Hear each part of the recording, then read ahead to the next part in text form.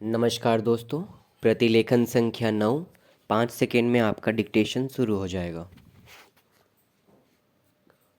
Ready, start. सभापति महोदय, ये शब्द मेरे नहीं है बल्कि राष्ट्रपिता के हैं। जो लोग आज सरकार में बैठे हुए हैं, क्या वे अपने दिल में सोचेंगे कि यह देशद्रोह शब्द बालकों को अंग्रेजी पढ़ाने के लिए राष्ट्रपिता का कहा हुआ है। आज 54 वर्ष देश को स्वतंत्र हुए हो गए हैं, लेकिन राष्ट्रपिता की इस बात पर आज तक ध्यान नहीं दिया गया है। अंग्रेजी भाषा को पढ़ाना क्यों बंद नहीं किया गया और उसको दैनिक कार्यों में क्यों प्रयोग में लाया जाता है?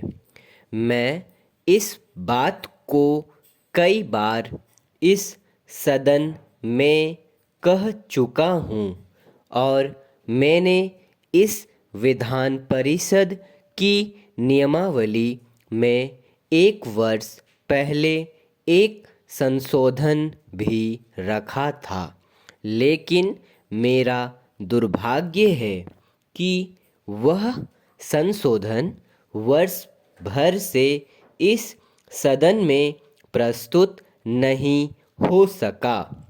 मेरी अपनी राय है कि कम से कम दैनिक कार्यों के लिए यदि सरकार अंग्रेजी भाषा पर बंधन लगा दे तो बहुत अच्छा हो और जो यह अनुशासनहीनता है वह भी समाप्त हो जाए।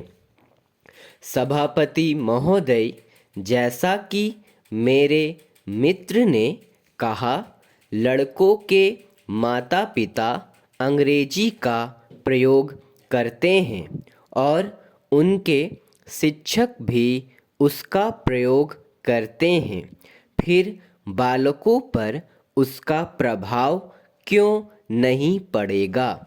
मैं उनसे सहमत हूँ कि बालकों में नकल करने की आदत होती है, जैसा वे अपने बड़ों को करते देखते हैं वैसा ही वे करते हैं। अगर हम कोई बुरा काम करेंगे तो उसका प्रभाव बालकों पर अवश्य पड़ेगा। आप देखेंगे कि जिस मनोवृत्ति के माता पिता और शिक्षक होते हैं उसी प्रकार के बालक भी होते हैं। हम दूसरों को तो परामर्श देते हैं, लेकिन स्वयं उस पर अनुपालन नहीं करते। इसके साथ ही साथ हमको शिक्षा प्रणाली की ओर भी ध्यान देना है। शिक्षा के जिन तरीकों को आजकल अपनाया जा रहा है वे वास्तव में लाभकारी नहीं है।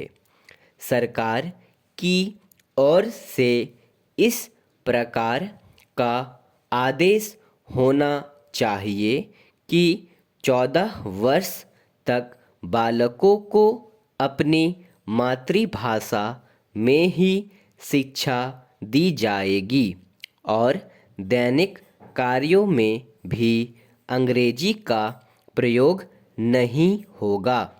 इस प्रस्ताव में उनके अनेक महत्वपूर्ण बातों की ओर ध्यान दिया गया है।